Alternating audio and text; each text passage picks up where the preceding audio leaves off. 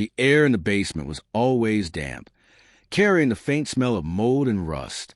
A single bulb hung loosely from the ceiling, swaying slightly whenever footsteps moved above. For most people, this kind of place was a storage room, a forgotten corner of the house where boxes of old clothes and broken furniture collected dust. For Ethan Carter, however, it was home. At 22, Ethan had already felt the weight of failure pressing down on his shoulders.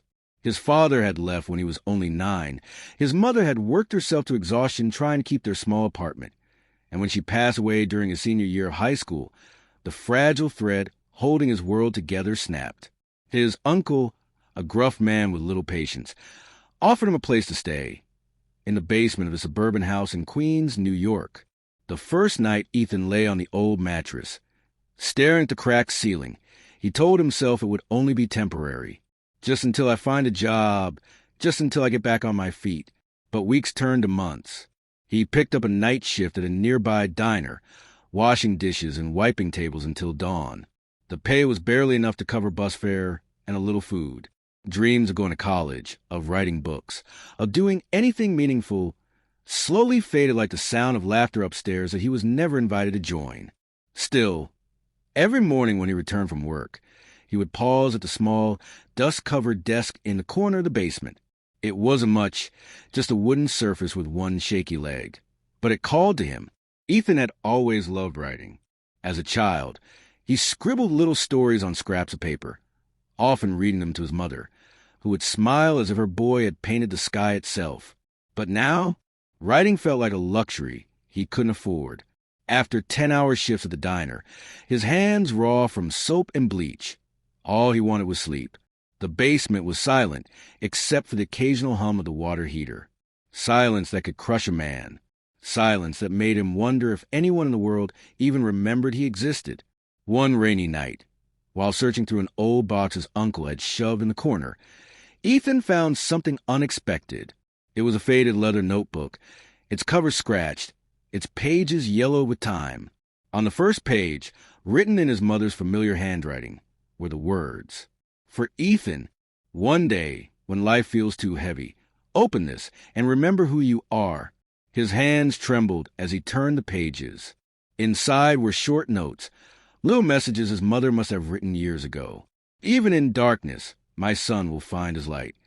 Dream big, Ethan. Your words will change lives. The world may push you down to the basement, but that's where strong foundations are built." Ethan closed the notebook, pressing against his chest. For the first time in months, he felt warmth in the basement air. Tears blurred his vision, but along with them came a spark, small, fragile, but real. That night, instead of collapsing into bed, he sat at the rickety desk. With a borrowed pen and a cheap notebook from the dollar store, he began to write. The words came slowly at first, like a rusty faucet refusing to flow. But soon memories, ideas, and emotions spilled onto the paper. Hours passed. When he finally looked up, dawn's light was creeping through the tiny basement window.